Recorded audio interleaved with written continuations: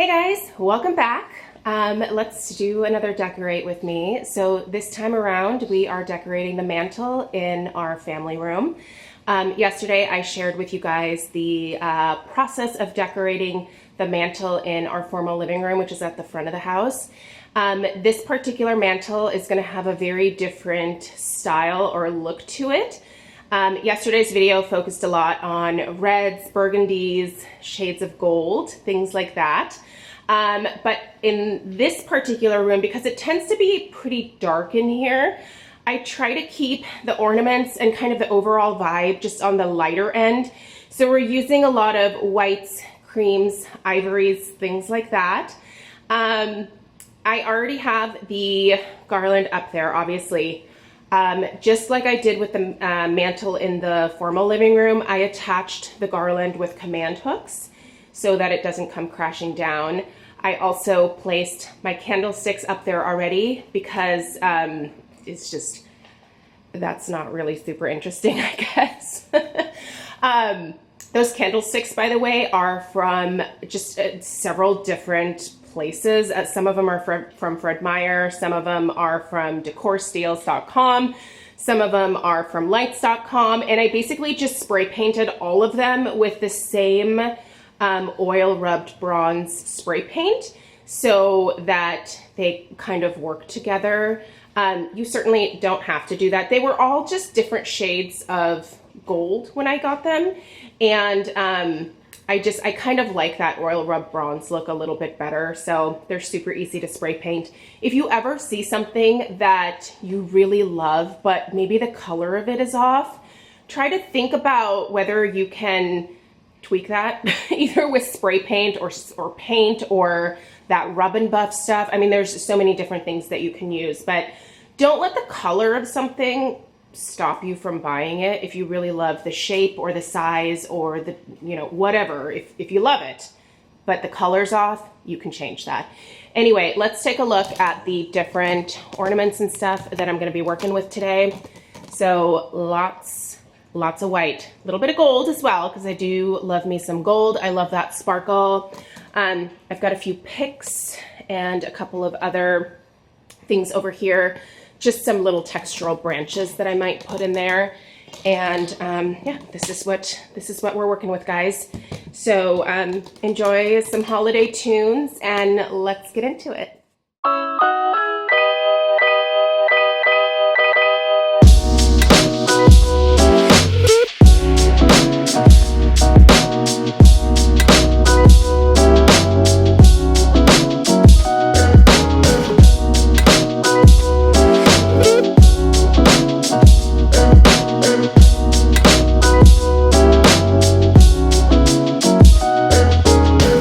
And Christmas is my favorite time.